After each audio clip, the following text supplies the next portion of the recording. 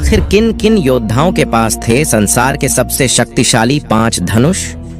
कहते हैं नंबर 1 पर मौजूद योद्धा के पास तो दुनिया का सबसे शक्तिशाली धनुष था, जिससे त्रिदेव और देवता तक डरते थे। इस संसार में धनुर्धारी तो बहुत हुए, लेकिन सभी में शक्तिशाली दिव्य धनुष धारण करने की योग्यता नहीं थी। कोई श्रेष्ठ योद्धा अजेय भी हो जाता है अगर उसके हाथ में एक दिव्य धनुष आ जाता है। ऐसे दिव्य धनुष उस योद्धा का युद्ध कौशल तो कई गुना बढ़ाते ही हैं, साथ ही उसे एक अजेय योद्धा भी बनाते हैं। माना जाता है कि एक श्रेष्ठ दिव्य धनुष उसको धारण करने वाले की शक्ति को कई गुना अधिक बढ़ा देता है और युद्ध में उसकी विजय को सुनिश्चित भी करता है। कहते हैं संसार में ऐसे कई दिव्य धनुष मौजूद थे जिनकी प्रत्यंचा से छूटकर साधारण बाणों की गति और उसकी मारक क्षमता भी कई गुना अधिक बढ़ जाती थी। तो इस बात से आप अंदाजा लगा ही सकते हैं, जब उन दिव्य शक्तिशाली धनुष से कोई दिव्यास्त्र छोड़े जाते होंगे तो वो किस प्रकार का विध्वंस करते होंगे, और इसका अंदाजा लगा पाना वैसे बेहद मुश्किल है। लेकिन आज के इस वीडियो में हम जानेंगे संसार के ऐसे 5 अति शक्तिशाली दिव्य धनुष के बारे में, जो हमारे हिंदू महाकाव्य और धर्म ग्रंथों में सबसे शक्तिशाली माने जाते हैं। ये शक्तिशाली धनुष जिस जिस योद्धा के पास भी गए, उन्होंने उन्हें हमारे इतिहास में एक शूरवीर बना दिया। आज के इस वीडियो में श्रेष्ठ से श्रेष्ठ सर्वश्रेष्ठ शक्तिशाली धनुषों के बारे में तो जानेंगे ही, साथ में यह भी जानेंगे कि आखिर उनका निर्माण किस तरह से हुआ और क्या आज भी वो इस धरती पर मौजूद है। तो इन शक्तिशाली दिव्य धनुष की श्रेणी में 5वें नंबर पर मौजूद है गांडीव धनुष। गांडीव धनुष का जिक्र सुनते ही सबसे पहले मन में जिस किरदार या जिस योद्धा का नाम आता है वो है अर्जुन। कहते हैं अर्जुन के गांडीव धनुष में 108 प्रत्यंचा थी। उनमें से एक तार ऐसा दिव्य था जिसे कोई भी शक्ति नहीं तोड़ सकती थी, और जब कभी भी इस गांडीव से कोई भी बाण चलाया जाता तो वो एक भयंकर गर्जना करता हुआ शत्रु पक्ष को पूरी तरह से मिट्टी में मिला देता था। कहते हैं युद्ध के दौरान गांडीव धनुष इतना तेज चमकता था कि उसकी तरफ देखना भी असंभव हो जाता था, और इस तरह अर्जुन को भी सहायता मिलती थी, क्योंकि सामने वाला विपक्षी योद्धा यह नहीं जान पाता था कि आखिर कौन से दिव्यास्त्र का संधान अर्जुन द्वारा किया गया है। लेकिन आखिर गांडीव की उत्पत्ति कैसे हुई थी? इस संदर्भ में एक खास कथा हमें जानने को मिलती है। कहते हैं एक कण्व नामक ऋषि बहुत कठोर तप कर रहे थे। तपस्या के दौरान उनका शरीर दीमक द्वारा बांबी बना दिया गया। बांबी और उसके आसपास की मिट्टी के ढेर पर सुंदर गठीले बांस उगाए, और जब कण्व ऋषि की तपस्या पूर्ण हुई तब ब्रह्मा जी प्रकट हुए। उन्होंने उन्हें अनेक वरदान दिए, और जब वह जाने लगे तो उन्हें ध्यान आया कि कण्व की मूर्धा पर उगे हुए बांस कोई सामान्य नहीं हो सकते तथा इसका सदुपयोग करना चाहिए। तब ब्रह्मा जी ने उन्हें काटकर विश्वकर्मा जी को दे दिया, और विश्वकर्मा ने उससे 3 धनुष बाणों का निर्माण किया, और उन तीनों में से ही एक था गांडीव धनुष। कहते हैं उसके बाद जब गांडीव धनुष का निर्माण हुआ तो ब्रह्मा जी ने कई हजार वर्षों तक इन्हें अपने पास रखा ताकि वह देवताओं की रक्षा कर सके, और उसके बाद ब्रह्मा जी ने गांडीव को अपने पास हजारों वर्ष रखने के बाद अपने मानस पुत्र यानी प्रजापति दक्ष को सौंप दिया। इसके बाद इंद्रदेव ने इसको अपने पास रखा, और फिर इंद्रदेव से यह स्वयं चंद्रदेव को मिला, जिसके बाद चंद्रदेव ने इसे वरुण देव को दे दिया, और आखिर में वरुण देव के कहने पर इसे अग्निदेव ने खांडव वन के समय अर्जुन को प्रदान किया। अब अर्जुन इस धनुष के बल पर पाशुपतास्त्र, इंद्र अस्त्र, ब्रह्मास्त्र जैसे भीषण शक्तिशाली अस्त्रों को चला सकते थे, उनका आह्वान कर सकते थे। इसीलिए गांडीव धनुष को बेहद ही शक्तिशाली धनुष माना जाता है।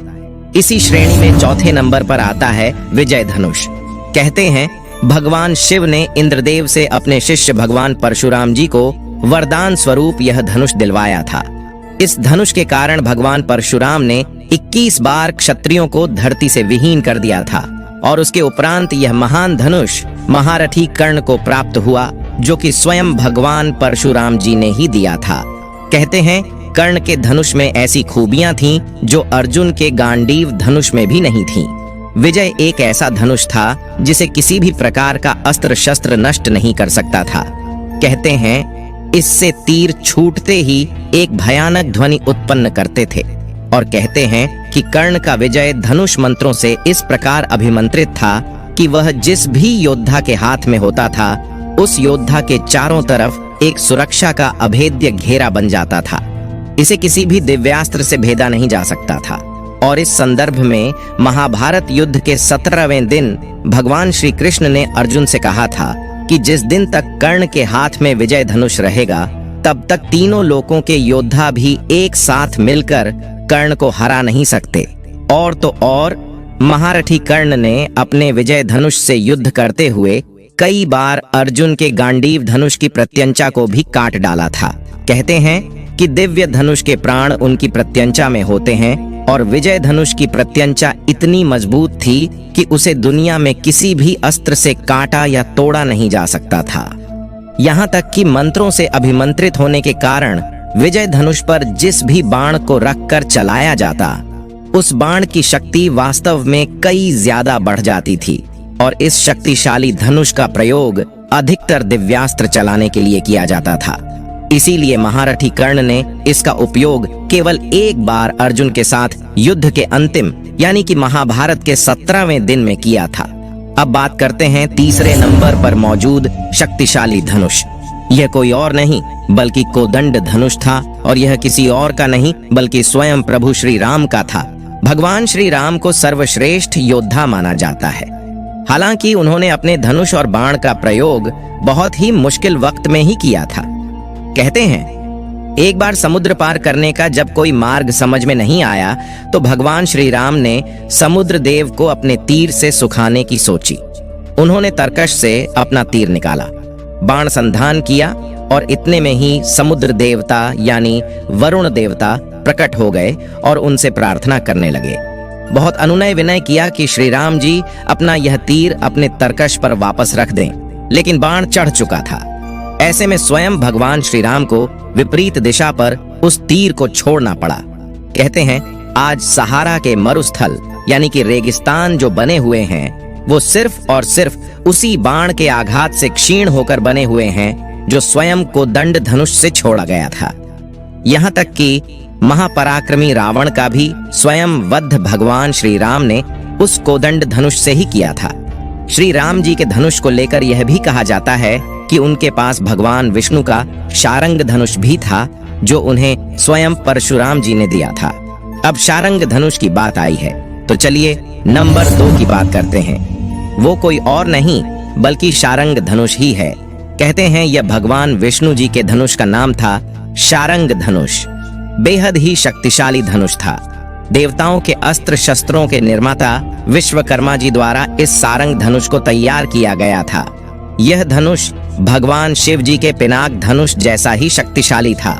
यह धनुष भगवान विष्णु जी को अत्यंत प्रिय भी था। कहते हैं यह धनुष धीरे धीरे ऋषि मुनियों तक पहुंचा। उसके बाद यह परशुराम जी को प्राप्त हुआ। द्वापर युग में आते आते यह स्वयं भगवान विष्णु के ही अवतार यानी भगवान श्री कृष्ण को स्वयं परशुराम जी द्वारा दिया गया था और इससे उनके जीवन का उद्देश्य भी बदला था। सिर्फ यही नहीं कहा, यह भी जाता है कि भगवान श्री कृष्ण के पास जब यह आया था तो उससे पहले स्वयं भगवान श्री कृष्ण ने लक्ष्मणा के स्वयंवर की शर्त इसी धनुष के माध्यम से पूरी की थी और इसी धनुष के माध्यम से उन्होंने कई सारे युद्ध भी लड़े थे जहां उन्होंने हर युद्ध को जीता था। लेकिन अब बात करते हैं नंबर 1 पर मौजूद सबसे शक्तिशाली धनुष की। कोई और नहीं बल्कि पिनाक धनुष था और इसको चलाने वाले योद्धा कोई और नहीं बल्कि स्वयं देवों के देव महादेव भगवान शिव थे।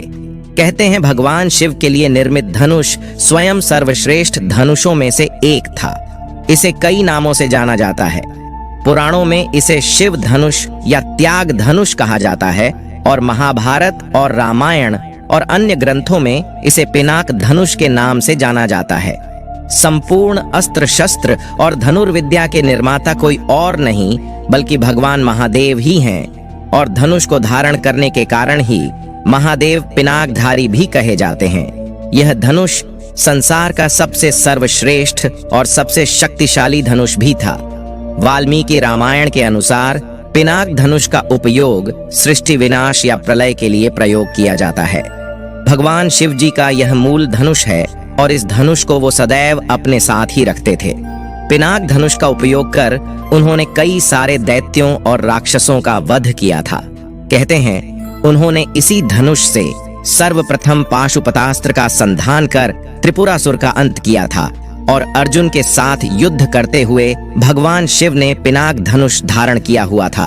उस धनुष के छूटते बाणों को अर्जुन कभी सहन भी नहीं कर पाए और उनसे मुकाबला तक नहीं कर पाए। हालांकि भगवान शिव जी को अपने शत्रु को पराजित करने के लिए किसी भी धनुष की आवश्यकता नहीं, परंतु देवों के देव महादेव का यह पिनाक धनुष आज तक संसार का सबसे शक्तिशाली धनुष माना। अगर धर्म ग्रंथों की माने तो कहा जाता है कि धनुष सबसे पहले भगवान शिव ने रावण को दिया। रावण ने यह स्वयं परशुराम जी को दिया था, क्योंकि परशुराम जी ने रावण को सहस्त्र मुख के चंगुल से छुड़ाया था और फिर परशुराम जी ने इसे राजा जनक को दे दिया।